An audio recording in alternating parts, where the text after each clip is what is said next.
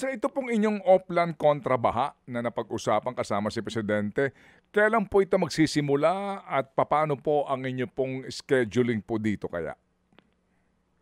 Meron na po kasing na-identify na I think 30 sites. Ang ano po namin ay simultaneous po yan. Inaayos lang po yung traffic plan, yun po pagdadala noong mga siltation. But hopefully by next week ay makapagsimula po kami. In fact, kahapon nag-pilot po kami sa Las Piñas din sa isang area po doon. At gusto po namin sana sabay-sabay yung 30 according sa plano po ng DPWH. At kami po ay nakikipag-ugnayan sa mga LGUs kasi some of the LGUs have traffic, truck ban cutter disease. So, kailangan po ma-exempt po itong mga trucks na maghahakot po ng siltation at ng basura para po tuloy-tuloy po yung ikot at mabilis po namin matapos ang bawat area. Pero sa ngayon po, 30 or 31 sites yung simultaneous po namin gagawin.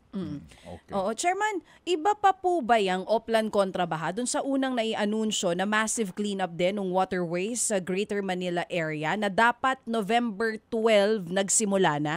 Yung may 2.14 billion pesos na budget sa DPWH?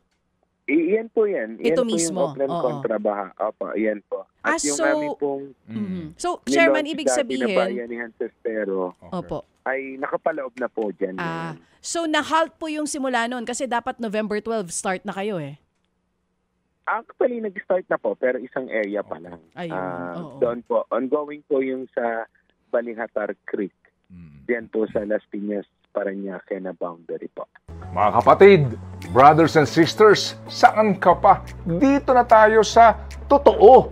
Dito na tayo sa True FM. Mga kapatid, mag-subscribe and follow po kayo sa social media accounts ng True Network PH. Yan po kami. Hanapin nyo lang True Network PH, Facebook, Instagram, YouTube, TikTok, and podcast. Mapa Apple or Spotify man yan, mahahanap nyo kami. Lahat ng mga napapanood at napapakinggan nyo po sa programa, nasa social media accounts namin yan. So, paano mga kapatid? See you sa social media!